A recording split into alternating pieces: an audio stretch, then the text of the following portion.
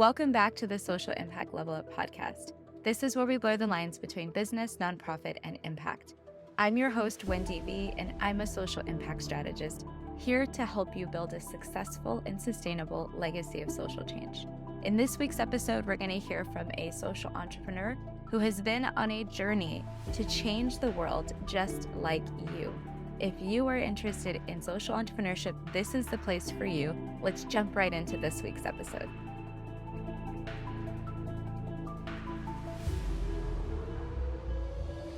Hey everyone, welcome to another episode of the Social Impact Level Up podcast. I always wondered, what do you do when somebody who does what you do finds you online and becomes your friend? And I think that I found the answer today in my newest friend, Jessica Sato's post on LinkedIn, where she talked about not being a competitor, but making sure that you bring in and welcome in the energy of people who do similar things to you and have aligned passions. And so I'm super excited to have my friend Jessica here with us today. And I want to introduce you to her. So Jessica, just tell us a little bit about you, who you are, and how you made an impact, and what exactly are you up to? Oh my gosh, I love that we get to be friends. This is so fun.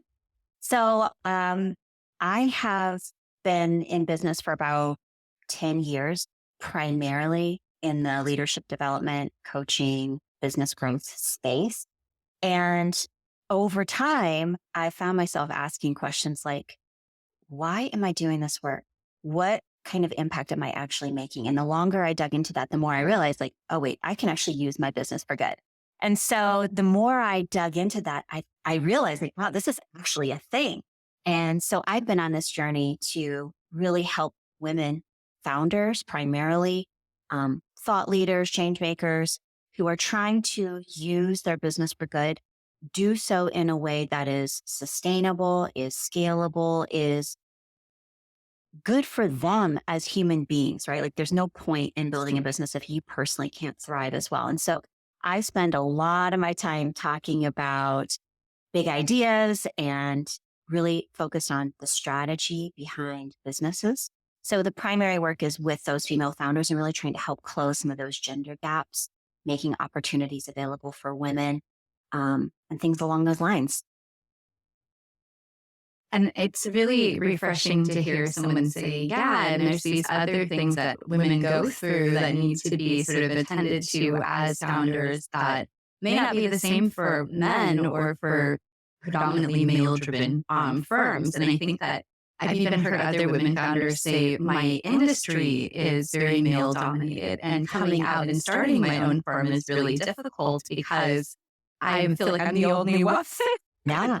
Yeah, and I don't think I feel that way because I think most of the other female impact founders, we're all like friends and we're like, Totally. But you could see how, law or even accounting or some of the other female founders that I have as friends, that they said that this is something that they crave, is just being able to really have that space and balance families and things like that. So when you're working with your clients and you're kind of like, you see somebody in the space of like craving that, how do you start to unpack and dig in? Because work-life balance is always sort of tricky. Yes, super tricky. Well, I actually grew up in a male-dominated space in the aerospace industry. So I think when I made that leap, I was craving like other women. And like the journey, just as well as I do, is pretty lonely. So I do find that a lot of women are hungry for, I don't want to just say other women business owners, but really like-minded, soul, heart-centered, whatever terminology you like to use. I think we're just really looking for people who are really trying to build businesses that allow us to thrive. So, for me, I've kind of had a little bit of tension with the term work-life balance because I don't always have it in balance, And so I'm constantly trying to blend these pieces of my life together and incorporating different elements depending on what's happening, So this summer was a heavy family season, which meant the business kind of took a little bit of a backseat. Now we're in kids are back in school. Now it's a heavy like business season. I think there's a lot about like finding that blend for what is working for you and then finding other people who are in similar spaces, or maybe just slightly ahead of you, even sometimes slightly behind you, and like kind of building those rich communities. That's what I found to help the most. Yeah, I have a group that meets every other week virtually and then in person with the Chamber of Commerce with all female founders. And we have the best conversations and it's such a rich environment. And I can't imagine that, we would be able to open up in that way. We had different energy in the room and we'd be able to be sort of vulnerable. So I appreciate that space a lot. And I can imagine like just even having someone who cultivates those kinds of spaces for you is really helpful. So and I know you said you pivoted a couple of times. You mentioned that you were in aerospace and then you mentioned you were kind of like coaching. So your path hasn't exactly been linear. Can you explain some of those times when you decided that this wasn't for me and I need to go journey on another path? And then eventually you came to the space that you realized I want to do this. How did that happen? Yeah. Oh my gosh, this is such a great question. And I'll try to keep it tight. So, I began my career in the aerospace industry. I was in that space for about 10 years for a big aerospace company. And I actually love the work. A lot of people are, oh, corporate. I actually really loved both of I was in two different big positions in corporate life. And I really loved it. I loved just the camaraderie. And yet both times when I switched in corporate and then actually left my corporate job, it was a lot because I felt like it had just run its course. Like I had already done the thing that I set out to do. I mean, it's not like I couldn't have done more, but the challenge and the excitement wasn't really there anymore. And I found, much to my husband's dismay, like a 5-year cycle where I really have to keep shifting things. Like there are little micro shifts along the way, but I'm really shifting things every 5 to 6 years. And a lot of that's just needing that injection of energy. And I don't think I'm alone in that. Like a lot of people who are in the entrepreneurial space can thrive on that energy and the adrenaline of it. So once I left corporate, I found myself doing corporate consulting actually for that same company. And I really loved that. That was my first entree into entrepreneurship. And it was sort of accidental. Like I didn't really anticipate that. I sort of like built a business because they asked me to do the work and I needed like actual legal structures to do that. But I really fell in love with the creative thinking that came with it, the idea of sort of being on my own term. And then in 2017, I ended up in Ethiopia doing leadership development work for a big company there. And I had my roots in the developing world. I grew up in Egypt and I felt like I was in a new potential space.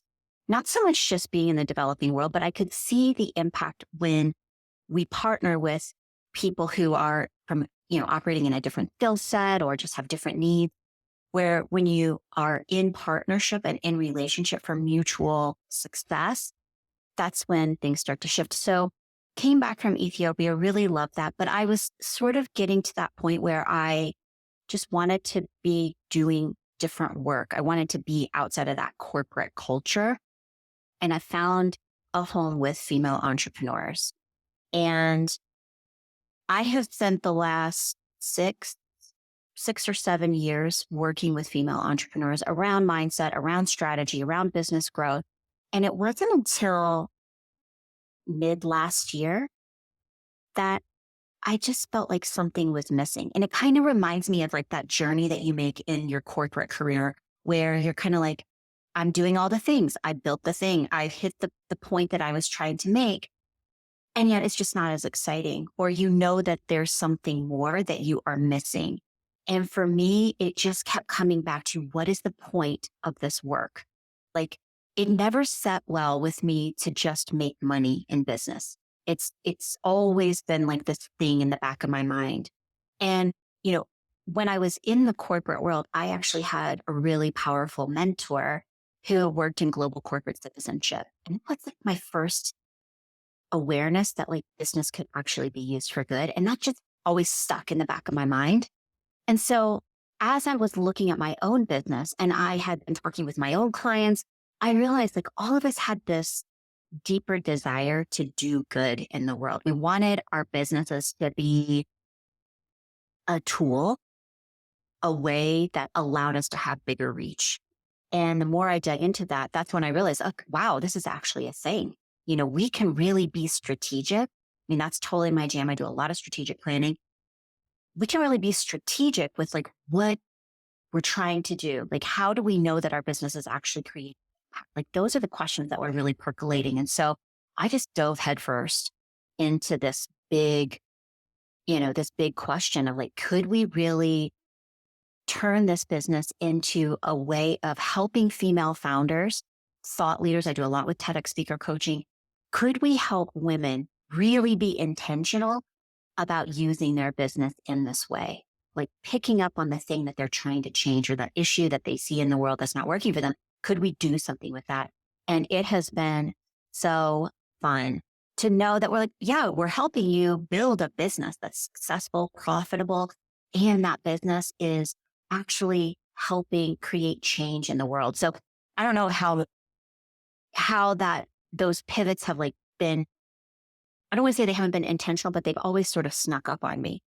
Like everything was hunky dory. And then all of a sudden, oh, there's something more that we could be doing here.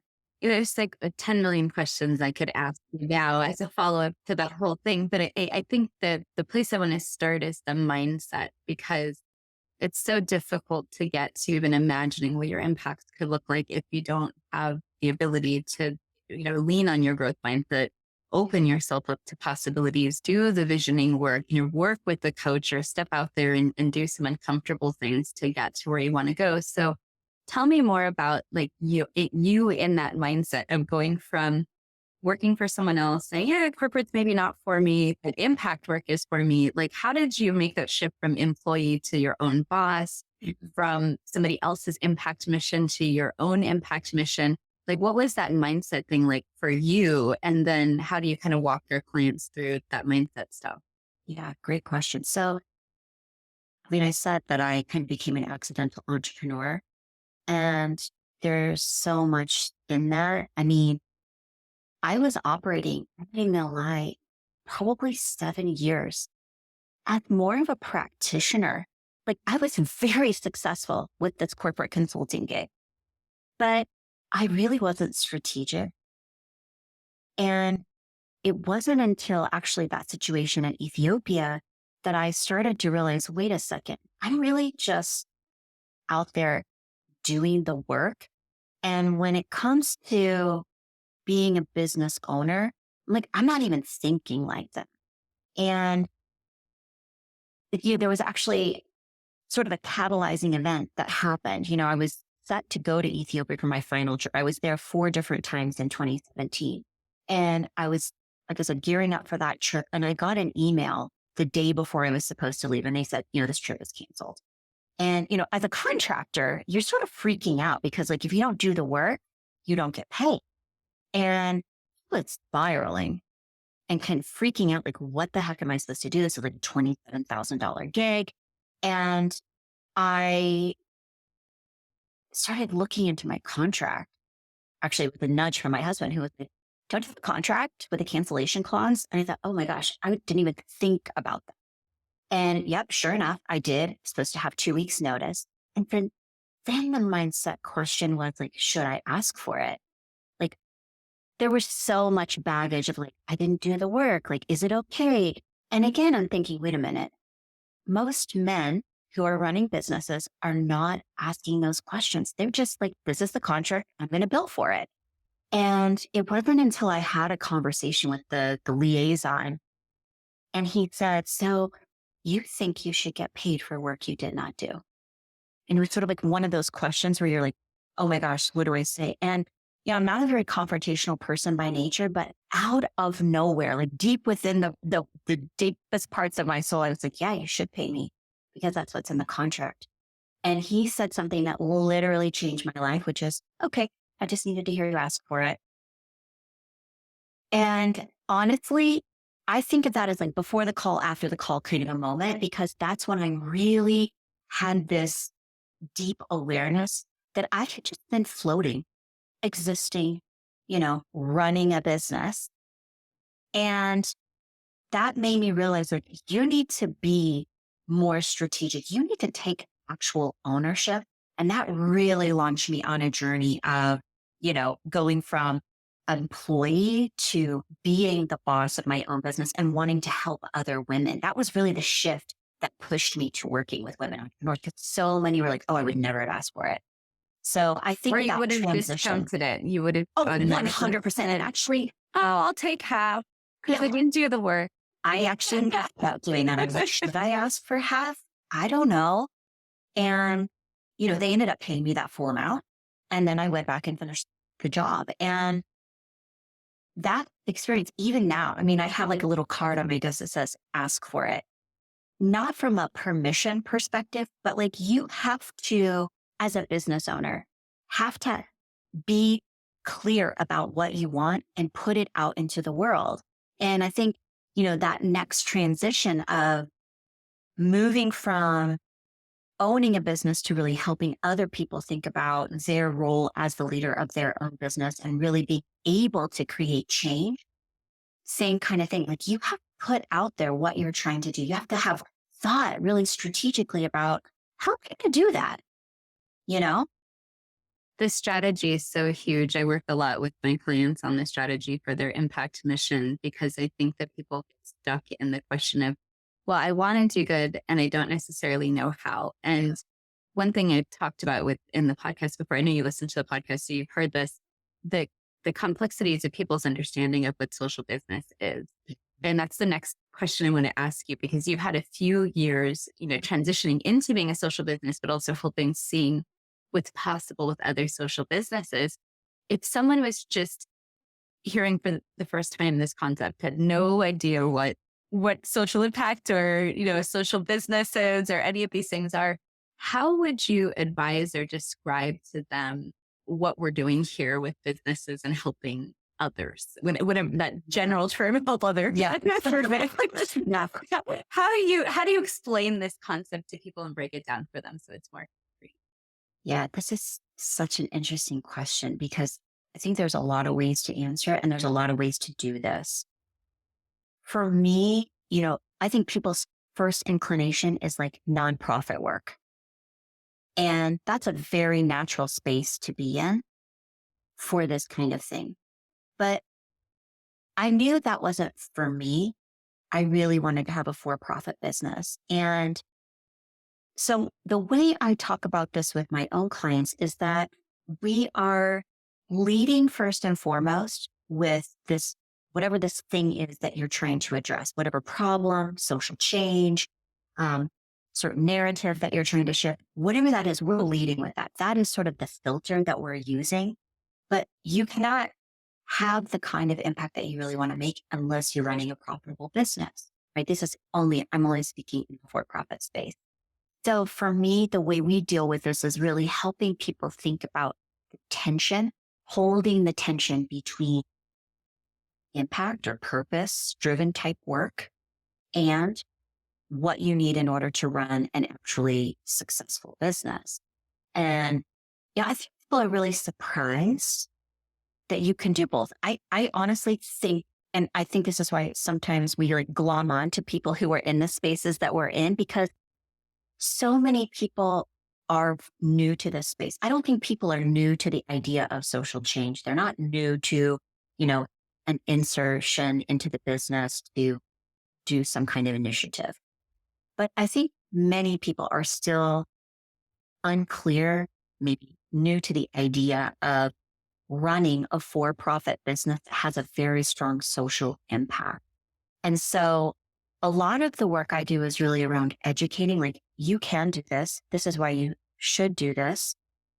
This is the business case for doing it, right? Like trying to hold those pieces in tension.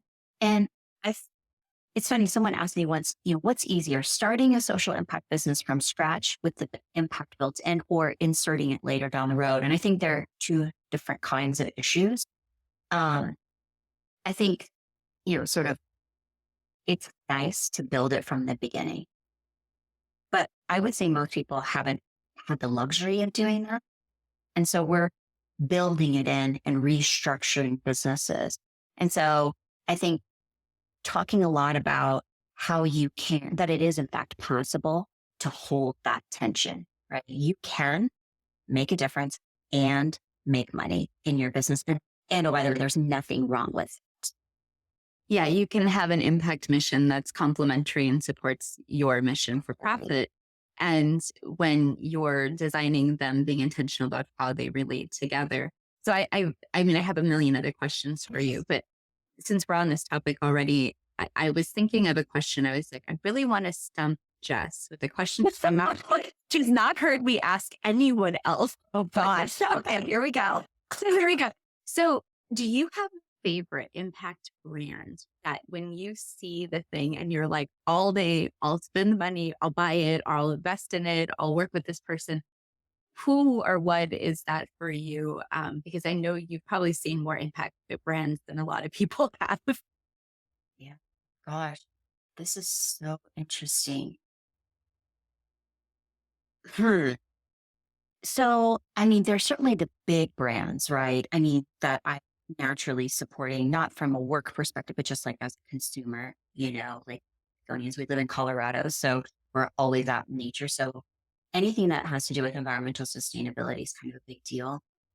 Um, the brands that gosh, I'm trying to think if I can give you one that I just obsessed with. And I think that the reason this is a good question, so give me some more time to think, is because not because we want to name drop all these brands, but I think that people need examples to go and see, well, how does a big or a small company do it? And so if people could go onto your website, jessicasato.com, and see how you do it, right, with your brand. But I think that it's hard sometimes for people to really say, I'm going to add an impact mission, like you said, after I've been working for X long in this sector, when I don't really know what that looks like, or I don't really know what word even to use, or what are transformative. How do you describe transformation? And I think that sometimes that could be a barrier for folks. So that was why I was like, I'm curious. Yeah. So, I have a colleague here and she's in maybe her second, close to third year of business. And she is building. It's funny, if you were to ask her, she wouldn't even use these terms. She wouldn't use social impact business or social entrepreneur, but that's actually what she is. And so it's sort of funny because, again, terminology, but she is building a business that is really focused on shifting the narrative around drug addiction and how we deal with families in that process. And it's been very interesting watching her hold that tension that we were talking about, because narrative shifts or, those big social change initiatives that we're engaging in, there's the vocal, visible messaging side and, presence as a business owner. And then there's the way you serve clients, and they have to merge together. So I think of her as an example. Her business is called Reclaim, Recover. And I think of her as a really great example, like how you can bring these pieces together, make a profit and make a difference. And then she is literally shifting, like literally saving people's lives. I know for me in my business, I sort of think of my impact as sort of twofold. On one hand, I am supporting female business owners who are out there trying to use their business for good, and they're creating their own ripple. So the work I'm doing is opening doors for them to be able to do that. That's its own form of social impact. But when I go beyond that, the thing that I'm really passionate about is helping women globally, particularly in lesser developed places. So I mentioned I grew up in Egypt. I have a particular heart for helping women who are in spaces where their voices may be marginalized a little bit, or, they just don't have the same kinds of opportunities. And so I want my work to be a tool or a vessel that allows me to pour into those kinds of communities with time, energy, money, resources, whatever the need might be. So I think it's sort of like you need to be clear on like what you actually stand for and what you care about. And then figure out, like you said, how your business can walk alongside it, how it can be complementary. And that could be working with other for-profit businesses, or it could be donating to nonprofit businesses or partnering with them. Yeah, we talked a little bit about that earlier with the nonprofit business. It's such a weird dynamic because they're so separate, but operate yet so similar. And money just works so different. And, it's like a big conundrum of how do you start blurring all this together so that you can get money really flowing nicely between businesses and impact organizations in whatever way that works. And so that's one of the goals. But I want to stick on the thread that you were just on with the international work, because there are, again, there's so many different problems. There's so many different places. Yeah. There's so many different populations you could focus on. Like when you're trying to decide what your impact mission is going to include, you have to sort of figure out all these things. And I think some of that has to do with what you're passionate about. And you just spoke about that, you grew up in Egypt. You've traveled all over the world. You kind of understand how international work is unfolding in the present time, and thought, there might be space for another organization to really do some good work here. So can you talk a little bit about international work for people who maybe are, America based or US based, or not used to really operating in some of the other countries, or maybe would think that it's daunting to start an impact based organization here to work somewhere else over there, wherever. Yeah.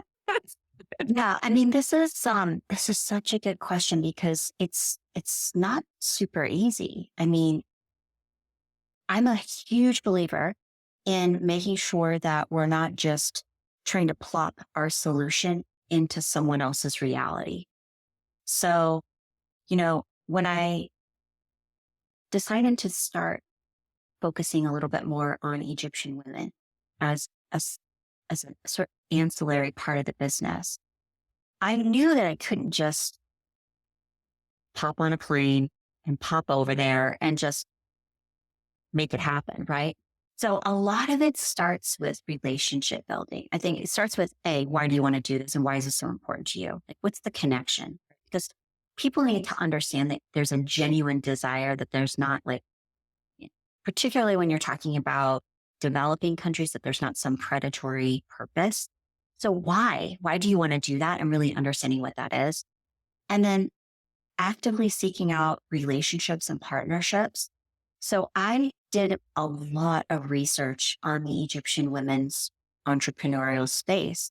And I found that there's some really great programs. And so rather than me just pop in and try to insert my solution, I've been building relationships to partner with those organizations that already have the reach, the access, the language to do that. And then there's some really interesting resources that the US government provides called export councils. And I had never heard of this before, but it's a super fascinating resource that the Department of Commerce provides. And the idea is that you can go to your local, almost every state has one, an export council, and say, hey, I am looking to build relationships with these type of organizations in this location. And they will, some of it is for free and some of it is fee-based. We'll go out and do some research. They'll help you build a bridge, make connections and introductions for your business. And so you're sort of going in with the US seal of approval. So there's a bunch of different ways that you can start to approach this, but I always go back to what's the reason that you're doing, and taking the time to build the relationships, right? Like, the developing world is all about relationships. So you need to know going in that there's going to be some time. And I think when you build the relationships with the people who are already on the ground, who know their own country, who are doing that work, we get to go in as a partner and as an observer and meet them where they are, not as a, savior kind of thing where we're just, like I said, slurping our solution into the mix. Yeah, when I was working in Uganda, when I was really early in my career, and I had someone who told me, who was further along in their development career, hey, the whole goal here is to work yourself out of a job. 100%. To build up the local capacity that you're not necessarily anymore, but that there is a plan for sustainability, and that this can move on with resources that are sort of generated by the infrastructure that's created. And I think that that really resonated with me because there is local capacity, local infrastructure, local, very, well educated, amazing talent that can run all these programs and do all these things.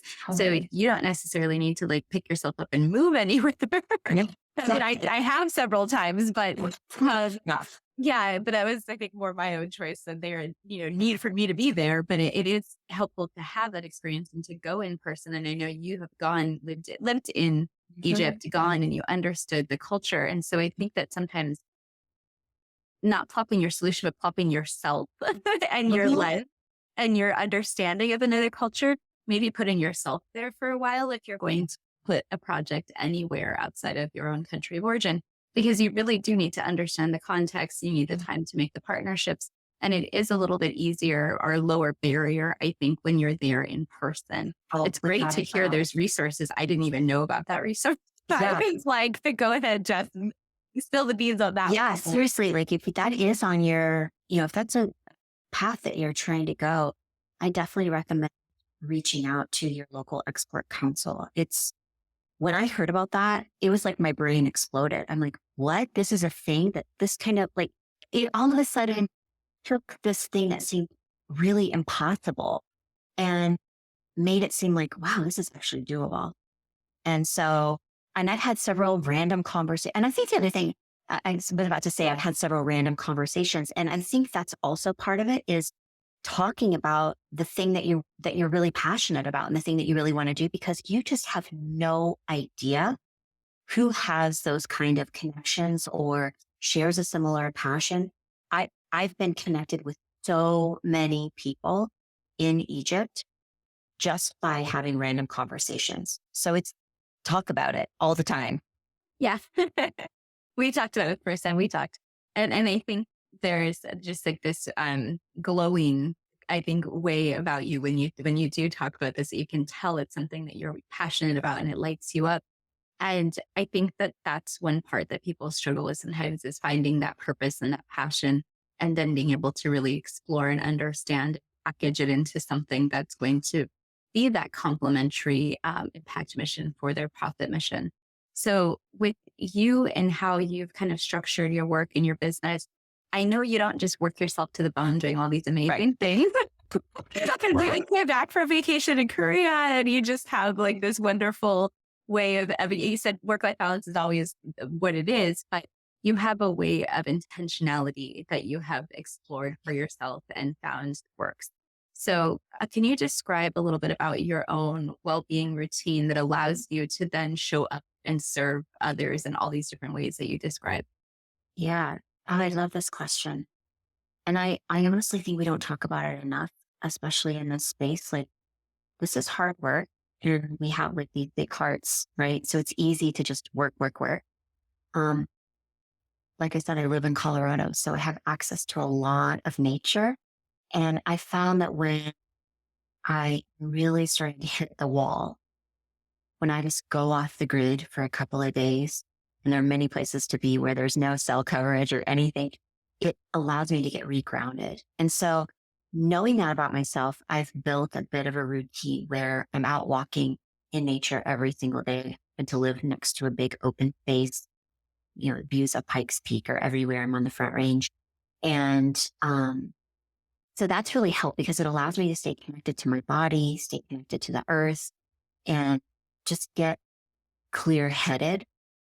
So a big part of it is walking, movement, being in nature. But the other part is like sleep. I care a lot about sleep. I didn't used to. I used to operate on like 4 or 5 hours a day. And I've just realized over time, like that's not really serving me. And so I have a very strong nighttime routine, whole process for winding down, getting off devices that has allowed me to become well rested so that I can wake up in the morning, before everybody else in the house and just drink my cup of tea, read a couple of, pages of nonfiction, et cetera.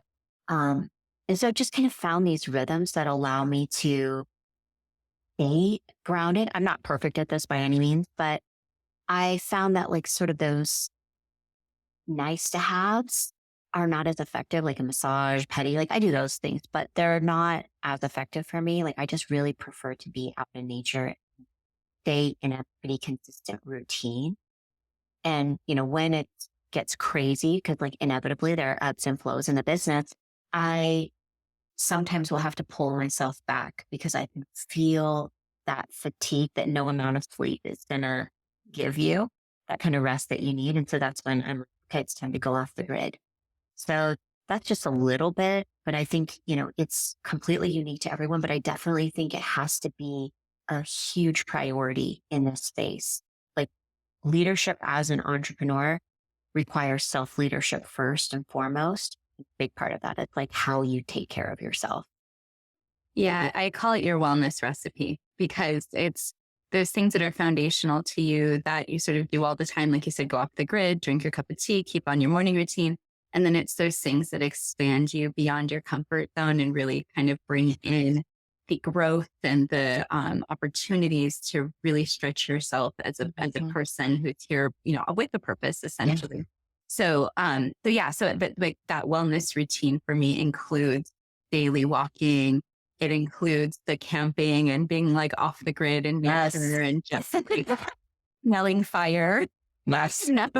All whatever comes out clothes. Yeah, my hair, like all of that. But I just appreciate the connection with the grounding and the breathing and slowing down and all of those things for burnout prevention mostly. I mean, I think for me, like you said, will get so ground into doing the work and being whatever you need to be for others that you forget how to refill for yourself and you get too far into the red.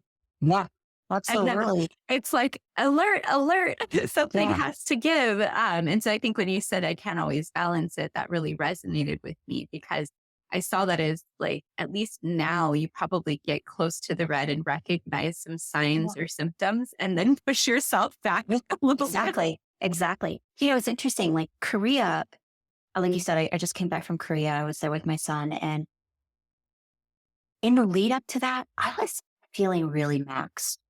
And I kept thinking, okay, I need to figure out what my schedule is going to be. I need to be available to clients, blah, blah, blah. And finally, two of my biz besties, they were like, okay, we're having an intervention with you right now. And we're telling you that you cannot work because you need to be present for the thing that you're there for. And you have good clients. You have amazing clients. So just tell them that you're not available except in this way or on these times. And, I had to wrestle with that because part of that, us were just like these caregivers. We want to serve really well. And I have to tell you, that was so impactful.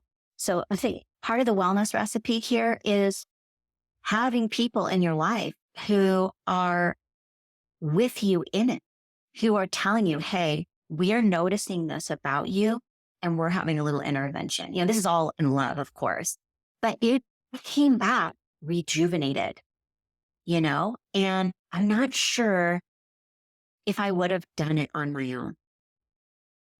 Yeah, no, I think that that's a good example of how your support systems can maybe sometimes recognize things that you can't readily see because they have that, external higher vision of what's happening with what you have going on. Yeah, that's you're two in the leads. Totally. Yes.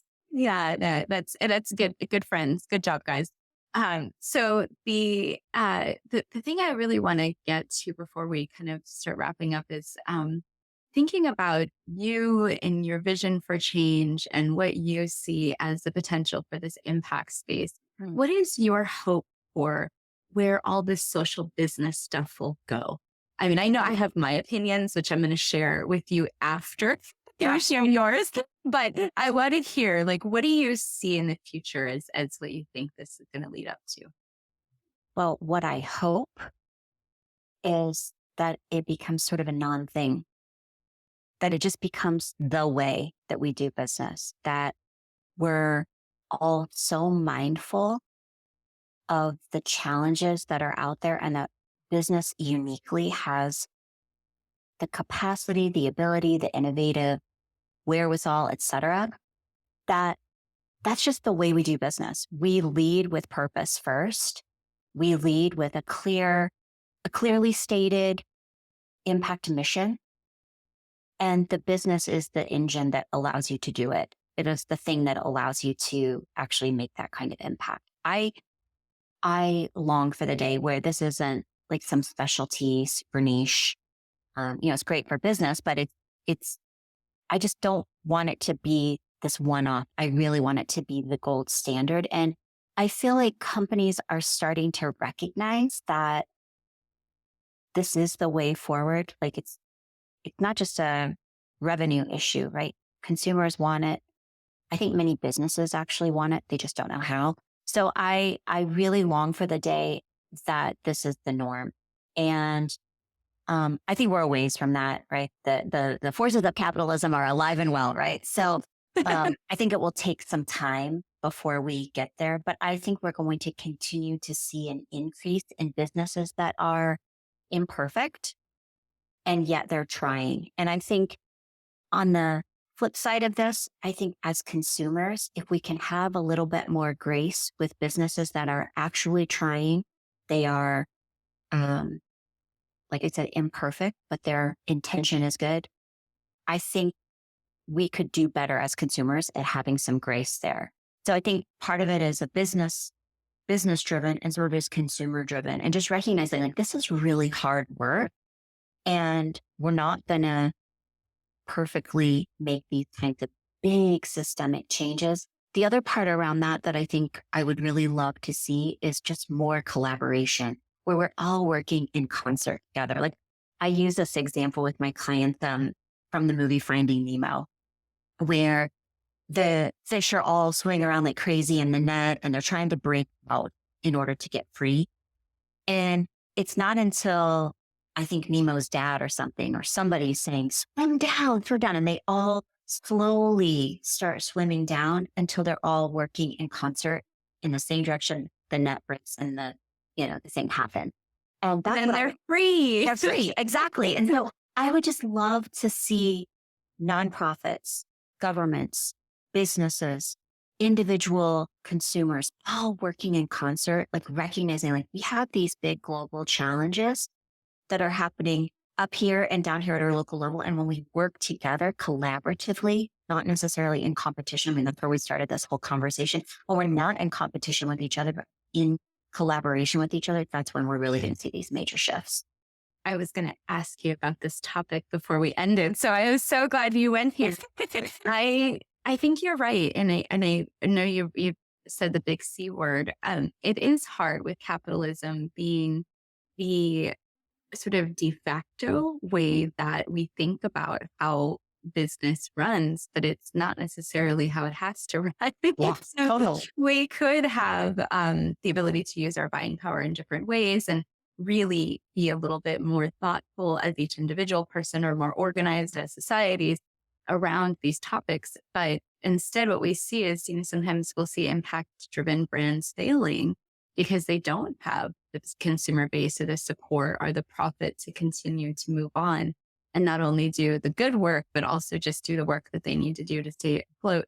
So, it's really hard. I think that collaboration is a key, connecting in the community around different needs or different ways that we can break down those barriers of all those organizations you talked about and the multi-sector partners. And I think also just in between businesses, right? And we're talking about like your business and my business. And like, oh, we have so many things that we could do together.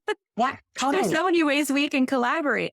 And it's so nice to see, I think, more and more business owners who are connecting in that way and saying, there is so much need here. Like this work is so big that even if I maxed myself out and you maxed yourself out, we still would not come close to overlapping. Yeah. Well, I love that you're talking about this because I do think there is this sense that we have to be in competition with one another. But this is a great example of, and I've heard other people on your show where we're all doing very similar work, but who we serve, the way we serve them, the kind of problems we address, the unique skill set that we're bringing, like, there really is no competition, right? And we're all moving in the same direction, right? We all have these deep desires to see the world become a better place. So I wholeheartedly think we need to be like wrapping our arms around one another. And in doing that, I think we just elevate the whole thing and everybody wins.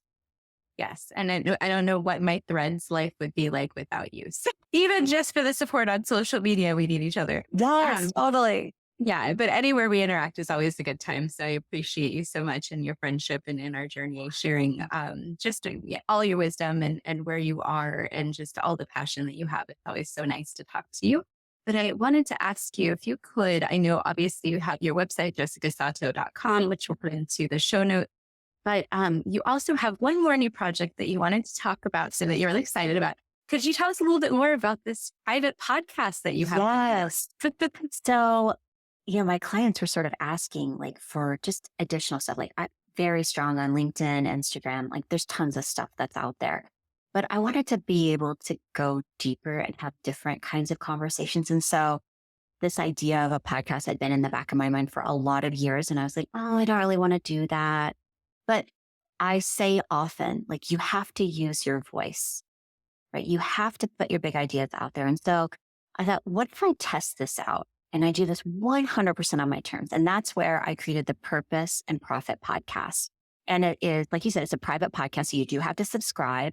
But every Friday, I'm bringing out different topics around strategy, around impact, about how do we build these businesses for good? What do we do when everything feels like crazy and we don't know how to navigate it, right? Just having some of these harder, different, deeper conversations. And right now it's just me, but I have this vision of like bringing other thought leaders in. So like you're on my list and just really holding the space for these rich conversations that are really worth having. So Purpose and Profit podcast, you can't find it anywhere except on the link to register and it'll come right to your inbox.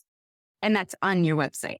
Yes, there's a link for it on my website. Yes. Perfect. Okay. So everybody just go to your website. I'm sure they'll get to know where it is from there. And then you can find you said on LinkedIn and Instagram. So that is wonderful. Thank you so much for being here today. It was so nice to chat with you. I'm always just so elated with the work that you're doing and how you uplift not only women entrepreneurs, but just this idea of social entrepreneurship in general. So thanks for being here, Jess. Appreciate you.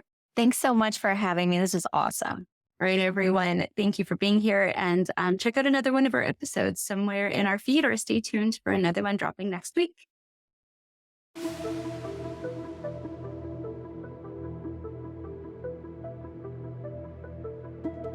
Thank you for joining us for another episode of the Social Impact Level Up podcast.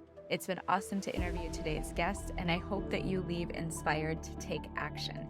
If you're looking for any of the information we spoke about, it's probably down in the show notes. Make sure that you're checking them out and you're clicking on any of the links that seem exciting to you.